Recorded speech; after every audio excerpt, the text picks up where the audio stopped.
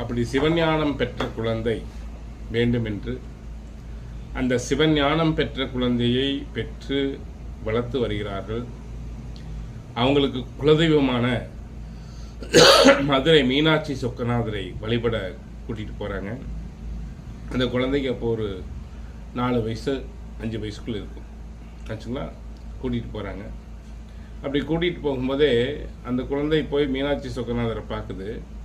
பார்த்த அடுத்த மாத்திரத்தில் என்னுடைய உண்மையான தாய் மீனாட்சி, உண்மையான தகப்பன் சொக்கநாதர் அப்படின்னு பற்றிக்கும். இதாங்க காதல். உலகில் எப்படி நீங்கள் ஒரு பெண்ணை பார்க்குறீங்க, பார்த்த உடனே இவ தான் எனக்கு எல்லாம், எனக்கு உரியவள் இவ தான், எனக்கு உரியவன் இவன் தான்.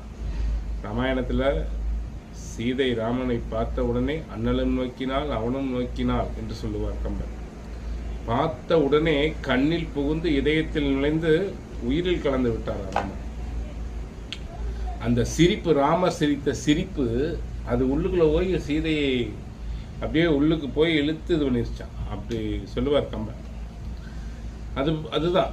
அதுதான் ஜென்ம பந்தம். உலகிலே அதுதான். கடவுளை பார்த்த உடனே அவன் மீது பார்த்த அடுத்த மாத்திரம் அவன் நம்முடைய இதயத்தில் புகுந்து உள்ளுக்குள்ள போகணும்.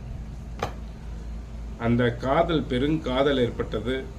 ஏற்பட்ட உடனே இந்த குழந்தை எனக்கு உண்மையான அப்பா அம்மா மீனாட்சியும் சொக்கநாதர் தான் அப்படிங்கிற ஒரு எண்ணம் வந்துருச்சு.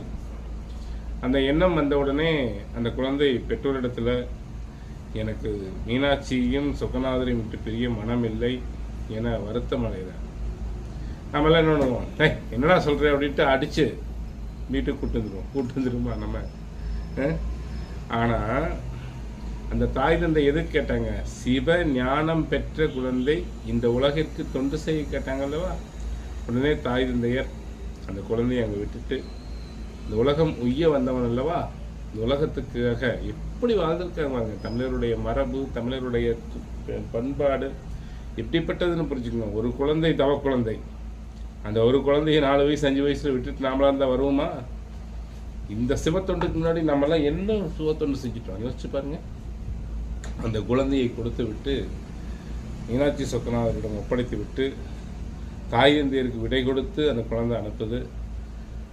எப்பேற்பட்ட ஒரு அமைப்பு அப்படிங்கிறத நீங்கள் புரிஞ்சுக்கணும். நாமெல்லாம் நம் சுயநலத்திற்காக இறைவனிடம் அடைகிறோம். ஆனால் இந்த உலகம் உய்ய வேண்டும் என்று ஒரு குழந்தையை பெற்று அந்த குழந்தையை இந்த உலகம் உய்வதற்காக கொடுத்து செல்லும் பெற்றோர்களுடைய உயர்வு எப்படிப்பட்டது என்பதை புரிந்து